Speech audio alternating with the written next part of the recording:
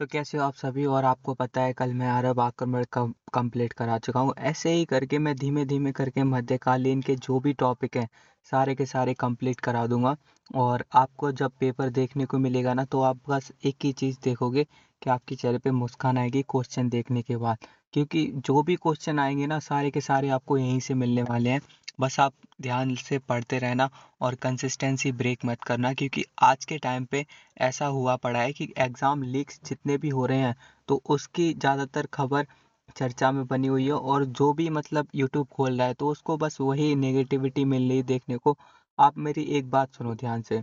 अगर मान के चलो आज के टाइम पे लीक्स वगैरह देखने को मिल रहे हैं, तो ये एक टाइम बाद सिस्टम अगर ठीक भी हो जाता है, मान के चलो, तो क्या आपके पास वो योग्यता है आपको वो एग्ज़ाम क्रैक करने के लिए? आपके पास जीएस कंप्लीटेड है, आपके पास मैथ्स कंप्लीटेड है, इंग्लिश कंप्लीटेड है, यानी कि ऐसा समझ लो कि अगर आपने कोई क्वेश्चन देख लिया तो आप उसको बना पाओ। तो बस इसी के लिए मैं आपको बता रहा हूँ कि चाहे बेशक आप 2 से 3 घंटे पढ़ो, मैं ये नहीं कह रहा सारा सारा दिन पढ़ो, 2 से 3 घंटे पढ़ो, लेकिन कंसिस्टेंसी बनाए रखो। क्योंकि जब ये सिस्टम में थोड़ा बहुत सुधार आएगा, तो जब भी आपका पेपर आएगा ना, तो आप सबसे पहले आगे रहने चाहिए। मैं ये बस चाहता हूँ। और इसी वजह से मैं ये बोल रहा हूँ, ताकि मतलब जो भी यूट्यूबर्स टीचर्स हैं वो तो सब अपने में लगे हुए हैं, लेकिन आप जो है ना, इतना मत बिल्कुल अलग हो जाओ इस चीज़ से कि नेगेटिविटी में मत फंस जाओ कि आप अपनी स्टडी को ही भूल जाओ। तो थोड़ा बहुत स्टडी करते रहो, क्योंकि जब इस सिस्टम में थोड़ा बहुत भी सुधार आएगा, तो मैं चाहता हूँ कि आपका सिलेक्शन पहले हो। और जो भी आप पढ़ रहे हो उसको कंसिस्टेंसी बना के रखो। ठीक है। तो मैं आते हैं मेन टॉपिक के ऊपर।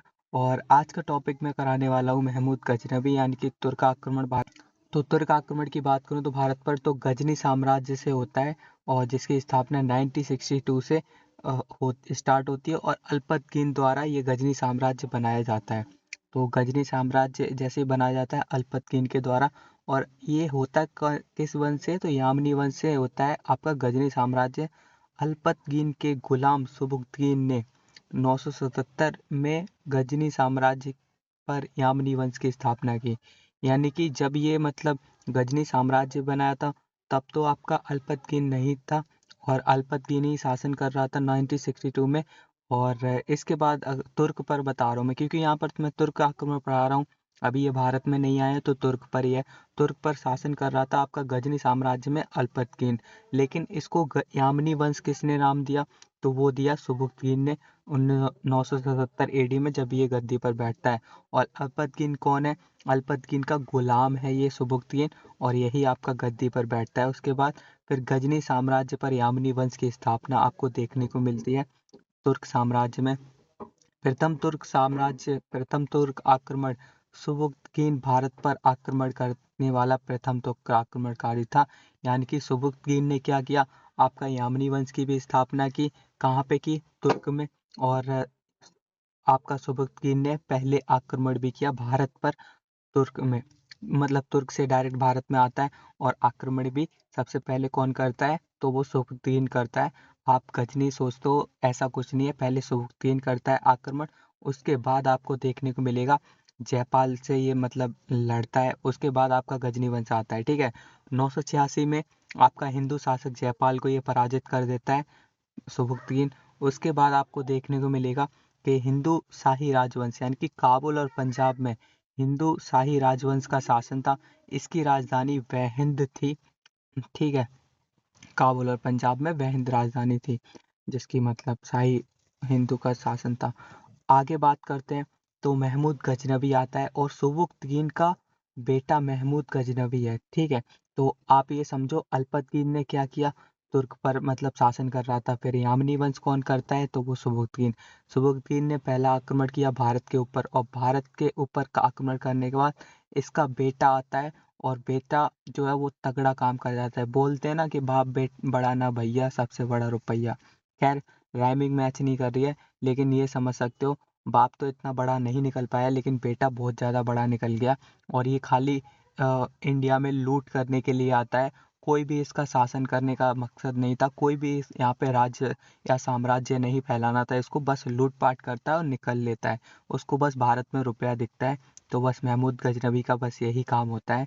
तो महमूद गजनवी क्या करता है 998 ईडी में, ईस्वी में, यानी कि सुबुक्तगीन को आपको इंडिया में आ चुका है और इसने पहला जो युद्ध है वो किया भी था आपका जयपाल के विरुद्ध, ये मैंने ऊपर बताया भी था। ठीक है, तो इसने जयपाल के विरुद्ध युद्ध भी किया था, तो बस उसी को आगे ये निभाएगा। और महमूद गजनवी इसका बेटा जो होता है वो 998 ईडी में गद्दी पर बैठता है। अपने छोटे भाई इस्माइल की हत्या करने के बाद ये मतलब गद्दी पर आता है कि बस मेरे को शासन करने दो, और वो शासन का फल ये सच में बहुत खतरनाक देखे जाता है। इसका शासन 998 एडी से 1030 एडी तक रहता है। और अगर मैं बात करूं तो इसमें जो तुर्क आक्रमण है वो मतलब 998 से 1030 एडी तक रहता है, और यही मेन रहता है क्योंकि यहीं पर ये अपना भारत में जो वर्चस्व लहराना होता है तो वो लहरा जाता है। आगे बात करूं, उपाधियों की बात करता हूं तो फिर गाजी एवं सुल्तान की उपाधि कौन धारण करता है? आपका महमूद गजनवी। और इस्लामी इतिहास में ये उपाधियां धारण करने वाला प्रथम मुसलमान, सबसे पहला मुसलमान यही होता है आपका महमूद गजनवी, जो कि गाजी एवं सुल्तान की उपाधि धारण करता है। और भी उपाधियां हैं इनके पास, आमीन उल मिल्लत, यामीन उद्दौला, मुसलमानों का संरक्षक, जिसका मतलब होता है इसमें बोलते हैं कि साम्राज्य का दाहिना हाथ होता है यामिन उद्दौला। तो ये सब इनको सम्मान देते हैं आपका महमूद गजनवी को। उसके बाद की अगर मैं बात करूं तो ये दोनों उपाधियां महमूद गजनवी को बगदाद के खलीफा अल कादिर बिलाह ने दी थी। ठीक है, तो इसके बाद मूर्ति भंजक भी बोला गया है, मूर्तियां तोड़ने वाला, मतलब मूर्तियां दिखती हैं तो इसको क्या ही पागलपन सवार हो जाता है तो मूर्तियां तोड़ने में व्यस्त हो जाता है। तो ऐसा कुछ था आपका महमूद गजनवी का। और महमूद गजनवी के आक्रमण की बात करते हैं तो महमूद गजनवी का उद्देश्य था, बस प्रमुख उद्देश्य धन लूटना था। मैंने बोला ना कि बस इसको खाली लूट माल का धन चाहिए था और फिर निकल जाता है, उसको कोई मतलब नहीं है साम्राज्य से। इंडिया में इस्लाम का प्रचार प्रसार करता है। इसके बाद का जो आएगा ना गौरी, वो शायद साम्राज्य वगैरह की सोचता है और बहुत ज़्यादा तगड़ी तरीके से साम्राज्य फैला भी देता है। आपको मैं बता दूं भारत में 17 आक्रमण होते हैं, 1001 से 1027 एडी तक आपका आक्रमण देखने को मिलता है, ये महमूद गजनवी का है। और महमूद गजनवी भारत में खैबर दर्रे से भारत में आया था, तो ये पूछा जाता है कि महमूद गजनवी कहाँ से आता है, तो बस टिक कर देना खैबर दर्रे का।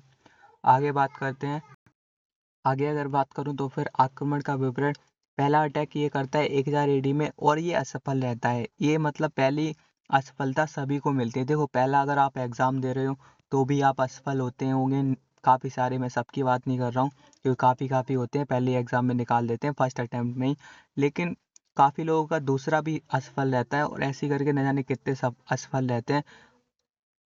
एंड मौके पे जब आते हो तो आपको एक ना एक एग्ज़ाम बिल्कुल सफल हो जाता है और जो भी आपकी पीछे की असफलता है वो आप सारी भुला देते हो क्योंकि वो एक एग्ज़ाम आपका सफल हो गया है।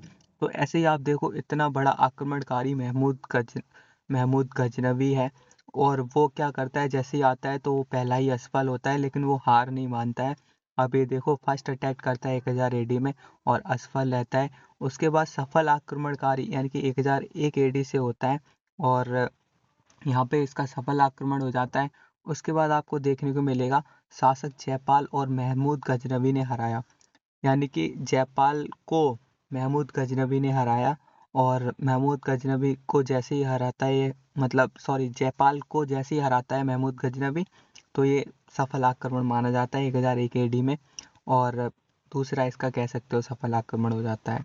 उसके बाद ये और भी मतलब अलग अलग मतलब आक्रमण करता है। महमूद गजनवी जो है, महमूद गजनवी से हारने के बाद जयपाल ने आत्मदाह कर लिया। भाई नहीं उसको मतलब फील होती ये बेइज्जती, यानी कि मान के चलो सामने वाले से वो हार गया, उसको नहीं मतलब अच्छा लग रहा था कि मैं हार कैसे गया एक गधे से। तो मुसलमान था महमूद गजनवी और वो उससे हार गया, तो ये क्या करता है, ये खुद ही अपना मतलब प्राण त्याग कर देता है, कहता भाई मैं नहीं रह रहा इस शहर में, और बस मर जाता है। तो अगर मैं बात करूं तो पिछले टाइम पे भी आपको मैंने बताया था, जो स्टार्टिंग में आते हैं अरब आक्रमणकारी से मोहम्मद बिन कासिम होता है, तो मोहम्मद बिन कासिम के टाइम पे भी आपको ध्यान होगा उधार टाइम पे भी पहले जो मतलब युद्ध होता है तो वो भी मोहम्मद बिन कासिम जीत जाता है। और उसमें भी काफ़ी लोग ऐसे होते हैं कि जो जहाँ के वे राजा राज्य करते हैं वो मोहम्मद बिन कासिम की तरफ चले जाते हैं। और आपको पता है जब अपना घर का बेदी लंका डालता है तो फिर कौन नहीं सोचेगा कि वो जीत ही कर लेगा, हार ही जाता है फिर, और क्या होता है। इसके बाद अगर मैं बात करूं तो जयपाल के शासक को उत्तराधिकारी आते हैं। जयपाल के जो उत्तराधिकारी हैं वो देखने को मिलती है आनंदपाल, त्रिलोचनपाल एंड भीमपाल। तो ये इसके उत्तराधिकारी होते हैं। उत्तराधिकारी मतलब राजा का बेटा, राजा, इनके बेटे कह सकते हो इनको, ठीक है। तो इसके बाद ऐसे ऐसे करके उत्तराधिकारी बनते हैं। फिर अगर मैं बात करूं तो महमूद के आक्रमण की, और इनसे एक सवाल पूछा जाता है काफ़ी ज़्यादा। तो सबसे पहले तो कश्मीर पर ये आक्रमण करता है, और कश्मीर पर जो कौन शासन कर रहे थे वो राजा दिहा कर रहे थे। कन्नौज पर करता है, राज्यपाल प्रतिहार शासक थे वहाँ पे। और बंगाल का शासक कौन था? महिपाल था। चोल शासक कौन था? राजराज प्रथम एंड राजेंद्र चोल, ये मैंने पढ़ाया भी था चेर चोल पांडे में। हलवा की बात करूँ तो भोजराज परमार वंश से थे। और आपका अजमेर में अजय राज चौहान। अब अन्य आक्रमण की बात करूँ तो 1004 और 1005 एडी में इसने सिंध मुल्तान पर आक्रमण किया। और शासक कौन था? आपका अब्दुल फतेह दाऊद। सिया संप्रदाय को महमूद ने हरा दिया, और सिया संप्रदाय ही ज़्यादातर रहता है सिंध मुल्तान के साइड पे।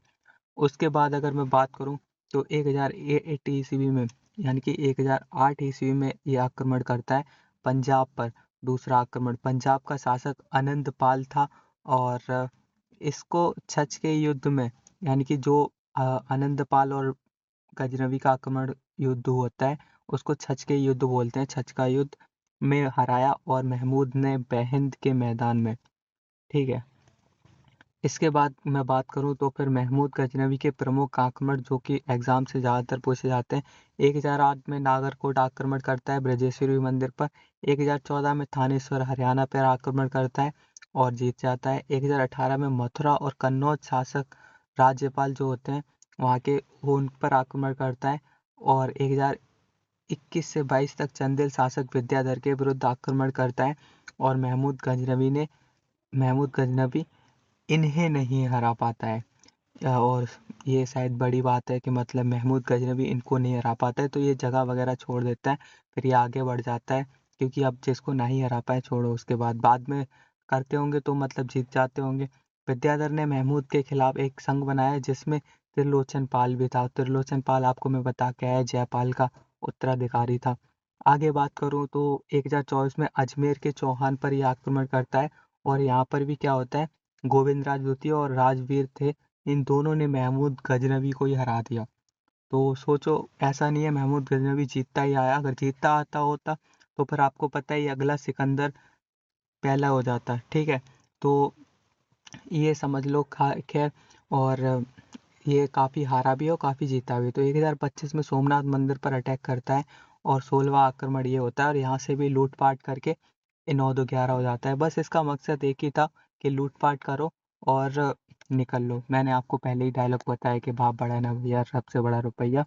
तो उसको रुपया दिखता है, और रुपया, सोने के बिस्किट और न जाने कितने हैवी सोना होता है इस मंदिर के अंदर, और वो बस लेके निकल लेता है। बिस्किट तो नहीं कह सकते, लेकिन सोने के बहुत बड़ी बड़ी ईंटें कह सकते हो इनकी। उसके बाद अगर मैं बात करूँ तो शासक कौन होते हैं? भीम प्रथम सोलंकी वंश के, और जो कि इनसे फाइट करते हैं, लेकिन वो कामयाब नहीं हो पाते हैं। 1027 में अंतिम आक्रमण होता है इनका जाटों के विरुद्ध, यानी कि खोखरों के विरुद्ध। 17वां आक्रमण ये करते हैं यहाँ पे, और 1030 में मृत्यु हो जाती है किसकी? महमूद गजनवी की। तो ये महमूद गजनवी का काला चिट्ठा था। और महमूद गजनवी के दरबारी कवि के बारे में भी क्वेश्चन पूछा जाता है, तो ये याद रखना और ज़रूरी भी है। अल बरूनी इनके दरबारी कवि थे, ठीक है। और इनकी किताब है किताब उल हिंद। भाषा कौन सी है? तो अरबी भाषा में है। तो ये पूछा जाता है, याद रखना अल बरूनी की किताब कौन सी थी।